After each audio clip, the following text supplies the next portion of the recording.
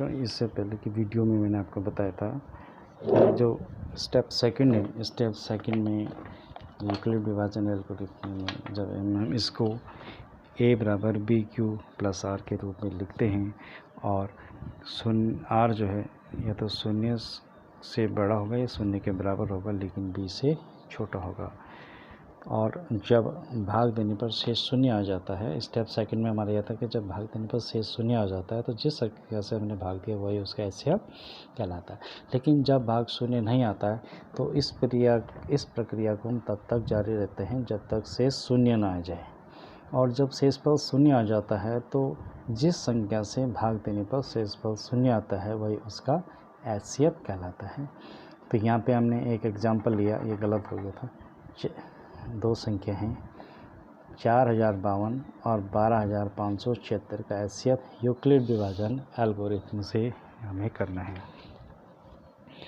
तो यहाँ पे ए यानी भाज्य जो बड़ी संख्या है, तो हम सबसे पहले क्या करेंगे, इसको लिख देंगे कि कौन बड़ा है। तो 12576 बड़ा है और 4052 ये क्या है, ये छोटा है। तो यहाँ पे ए कितना है, ए बराबर है 12576 और बी का मान कितना है 4052। अब हम एचसीएफ यूक्लिड विभाजन, अब हम लिखेंगे यूक्लिड विभाजन एल्गोरिथम का प्रयोग करने पर, एल्गोरिथम का प्रयोग करने पर, तो इसमें हम क्या करते हैं, जो भाज्य है, भाज्य हमारा कितना है, ए 12576, इसमें हम इसका भाग दे देंगे, किसका, 4052 का। ठीक है। और यूक्लिड विभाजन एल्गोरिथम क्या है, यह है ए बराबर बी क्यू प्लस आर, जहाँ जो है आर जो है या तो शून्य से छोटा होगा या शून्य के बराबर होगा, लेकिन बी से क्या होगा, बी से छोटा होगा। अब यहाँ पे हम भाग देंगे तो कितनी बार जाएगा, 3 बार जाएगा इसका भाग। तो हम इसको लिखेंगे 3 दूनी 6, 3 पंजे 15 और 3 चौको 12। तो यहाँ पे हम घटा देंगे 0, 7 में से 5 गया 2 और 5 में से 1 गया 4। तो हमारा, तो इसको हम इस रूप में लिख देंगे। ठीक है। शेष फल हमारा शून्य नहीं आया है तो हम ए कितना है, ये जो मैंने बताया था कि इसको हम ए बोलते हैं, इसको बी बोलते हैं, इसको क्यू बोलते हैं, और ये जो शेष ये आर है ना।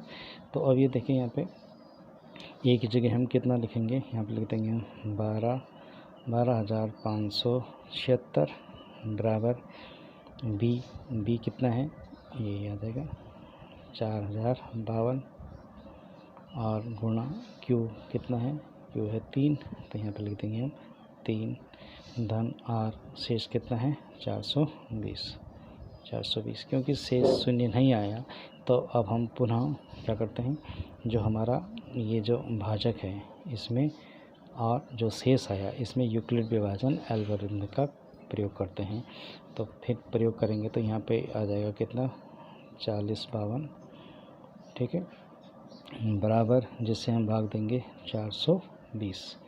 अब इसको यहाँ पे फिर भाग देंगे 420 में जो है 4052 में भाग देंगे तो 3 चक्को 4 9 बार जाएगा, तो 9 0 0 9 दूनी 18 और 9 चक्को 36 और 1 37। घटा देंगे 2 का 2, 8 और 7 15, 8 और 7 कितने बचे, 15 होते हैं। और यहाँ पे कितने बचे, 9 में से 2 गए, 9 7 गया 2। तो फिर भी यहाँ पे शेष कितना है, शेष 272, शून्य नहीं आ रहा। तो अब इसको पहले हम लिख लेंगे 420 गुणा भाजक कितना है, क्यू कितना है, यहाँ पर 9 है, धन शेष कितना है 272। ठीक। अब पुनः फिर हम यूक्लिड विभाजन एल्गोरिथम का प्रयोग करेंगे। अब हम 420 और 272 को लेंगे, 420 और 272 को फिर लेंगे हम। तो यहाँ पे लिख देंगे हम 420 बराबर, अब जो शेष है हमारा 272, इसमें यूक्लिड विभाजन एल्गोरिथम का प्रयोग करेंगे, यानी 272 में का भाग देंगे हम किस में, 420 में। तो 2 एक बार जाएगा, तो यह आ जाएगा 272, 10 में से 2 गए 8, यहाँ पे 11 में 7, 7 और 4 11, ठीक है। और यहाँ पे 3 में से 2 गया 1, 148। तो यहाँ पे कितना आ जाएगा, 272 गुणा भाजक कितना है 1 और धन शेष कितना है 148, ये शेष आ गया हमारा। अभी भी शेष शून्य नहीं आया है, तो इस प्रक्रिया को हम फिर जारी रखेंगे और जो हमारा भाजक है और जो शेष है इसमें फिर यूक्लिड विभाजन एल्गोरिथम का प्रयोग करेंगे। तो अब कितना आ जाएगा, यहाँ पे 272 बराबर किसका भाग देंगे हम, 148 का भाग देंगे, ठीक है। तो हम यहाँ पे लिख देते हैं 148 का भाग देंगे हम 272 में। तो अब कितने बार जाएगा, ये एक ही बार जाएगा, है ना। तो एक ये आ जाएगा 148, 12 में से 8 गए 4, यहाँ पे 6 में से 4 गए 2 और 2 में से 1 गया 124। तो शेष अभी भी कितना है 124, अभी भी शून्य नहीं आया। तो ये प्रक्रिया जारी रहेगी, लेकिन इससे पहले हम इसको a + bq + r के रूप में लिख लेते हैं। तो a 148 गुणा q कितना है 1 और धन शेष कितना है 124, ठीक है बच्चों। आगे देखिए, फिर अब हम इसको इन दोनों में फिर हम क्या करेंगे, यूक्लिड विभाजन एल्गोरिथम का प्रयोग करेंगे। यहाँ पे आ जाएगा 148 बराबर 124। अब 124 का फिर हम भाग देंगे, तो 124 का भाग देंगे हम किसमें 148 में। तो कितनी बार जाएगा, एक बार जाएगा। तो 1 चौको 4, 1 दूनी 2, 1 एकम 1। तो 8 में से 4 गए 4, 4 में से 2 गए 2, ठीक है। तो यहाँ पे शेष जो अभी भी शून्य नहीं है, तो इसको पहले हम a + bq + r के रूप में लिख लेते हैं। तो a तो ये आ गया, ठीक है। तो ठीक है, और ये आ जाएगा q 1 धन शेष है 24, शेष शून्य नहीं आया। इस प्रक्रिया को फिर हम जारी रखेंगे। तो यहाँ पे आ जाएगा हमारा 124, फिर हम यहाँ लिख देंगे इसको 124, ठीक 124। अब फिर 24 का भाग देंगे हम 124 में। तो कितनी बार जाएगा, 2 124, तो 4 एक बार कितनी बार जाएगा 2, तो 2 चौको 8, 2 दूनी 4 नहीं जाएगा। और 6 3 बार, 6 की बार देंगे तो 6 चौको 24 और 6 दूनी 12, 6 बार ज़्यादा हो रहा है ना। तो 5 बार जाएगा, कितने बार जाएगा, तो 5 चौको 20, 5 दूनी 10 और 2 12। तो यहाँ पे शेष कितना आया 4 आया। तो इसको भी हम इसी रूप में पहले लिख लेंगे, यानी a बराबर bq + r, है ना।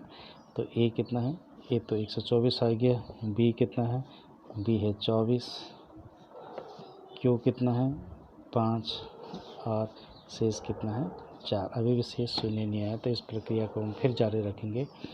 नेक्स्ट अब a 24 हो जाएगा और b कितना है 4, यानी जो भाजक है और जो शेष है इसमें फिर यूक्लिड विभाजन एल्गोरिथम का प्रयोग करेंगे। अब 4 का भाग फिर देंगे हम 24 में, ठीक। तो यहाँ पे 24 आ जाएगा, जिसका भाग देंगे उसको यहाँ लिखेंगे, और 4 का भाग 24 में, 4 छक्के 24 आ जाएगा। अब शेष शून्य आ गया, तो गुणा q कितना है 6, शेष कितना आ गया 0। तो शेष आ गया हमारा शून्य। तो 6 चौको 24, अब शेष कितना आ गया? शून्य। और किसका भाग देने पर आया शून्य? 4। तो हम बोलेंगे, इसलिए जब शेष शून्य आ जाता है तो ये प्रक्रिया हमारी वहीं पे समाप्त हो जाती है।